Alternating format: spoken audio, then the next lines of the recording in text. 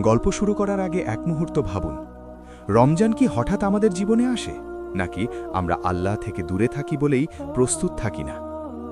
রাশেদ ছিল একজন সাধারণ যুবক। তার জীবনটা খুবই পরিচিত।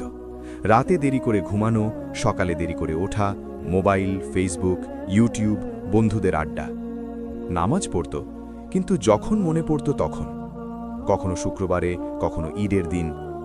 তার মা প্রায়ই বলতেন, বাবা, নামাজটা ঠিক কর। রাশেদ হেসে বলতো, সময় আছে মা, বুড়ো হলে করব। একদিন সন্ধ্যায় মা রান্নাঘর থেকে ডাকলেন, শোন, কাল থেকে রোজা শুরু। রাশেদ অবাক হয়ে বলল, এত তাড়াতাড়ি আবার রমজান? মা শান্ত গলায় বললেন, বছর তো শেষ হয়ে যায়, আমরা বুঝতেই পারি না। এই কথাটা তার কানে গেল, কিন্তু মনে গেল না। সেই রাতে সে বন্ধুদের সাথে ফোনে কথা বলতে বলতে রাত 2টো বাজিয়ে ফেলল। মা কয়েকবার দরজা নক করলেন, সেহরি খেয়ে নে বাবা। কিন্তু রাশেদ বলল, ঘুম পাচ্ছে, পরে উঠব। কিন্তু সে আর উঠল না। সকালে ঘুম ভাঙতেই তার বুক ধক করে উঠল। আজ প্রথম রোজা, সে সেহরি খায়নি। তার মাথায় বিরক্তি, আজ না রাখলেই হতো। কিন্তু ভেতরে একটা অদ্ভুত অনুভূতি হল, একদিন চেষ্টা করে দেখ। সে নিয়ত করল, আজ রোজা রাখবে। দুপুর গড়াতে না গড়াতেই তার মাথা ব্যথা শুরু হলো। ক্ষুধায় শরীর দুর্বল হয়ে যাচ্ছিল। সে ভাবছিল, মানুষ কিভাবে এতদিন রোজা রাখে। অফিসে গিয়ে সে দেখল তার সহকর্মী হাসি মুখে কাজ করছে। সে জিজ্ঞেস করল, ভাই, ক্ষুধা লাগেলা? লোকটা বলল, লাগে, কিন্তু মনে হয় আল্লাহ দেখছেন। এই কথাটা রাশেদের মনে গিয়েথে গেল। বিকেলে বাড়ি ফেরার পথে সে এক দৃশ্য দেখল। এক বৃদ্ধ রিকশাওয়ালা রোজা রেখে যাত্রী তুলছে। ঘাম ঝরছে, শ্বাসকষ্ট হচ্ছে। রাশেদ কাছে গিয়ে বলল, চাচা, এত কষ্ট হয় না? বৃদ্ধ হাসলেন, কষ্ট হয়, কিন্তু আল্লাহর জন্য কষ্ট করলে শান্তি পাই।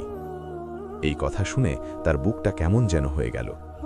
সে প্রথমবার অনুভব করল, রোজা শুধু ক্ষুধা না, কিছু একটা বেশি। সন্ধ্যায় ইফতারের সময় মা দোয়া করছিলেন, চোখ বন্ধ করে, কান্না ভেজা গলায়। রাশেদ তাকিয়ে রইল। সে বুঝল, সে কোনোদিন এভাবে আল্লাহকে ডাকেনি।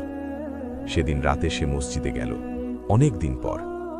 নামাজে দাঁড়িয়ে তার মন বারবার অন্য দিকে চলে যাচ্ছিল, কিন্তু সিজদায় গিয়ে হঠাৎ তার চোখ ভিজে গেল। সে মনে মনে বলল, হে আল্লাহ, আমি প্রস্তুত ছিলাম না, আমি ভালো মানুষ না, কিন্তু আপনি যদি চান, আমি বদলাতে পারি। সিজদা থেকে উঠতেই তার মনে এমন শান্তি নেমে এলো, যা সে আগে কখনো অনুভব করেনি। পরের দিন সে নিজে থেকেই সেহরিতে উঠল।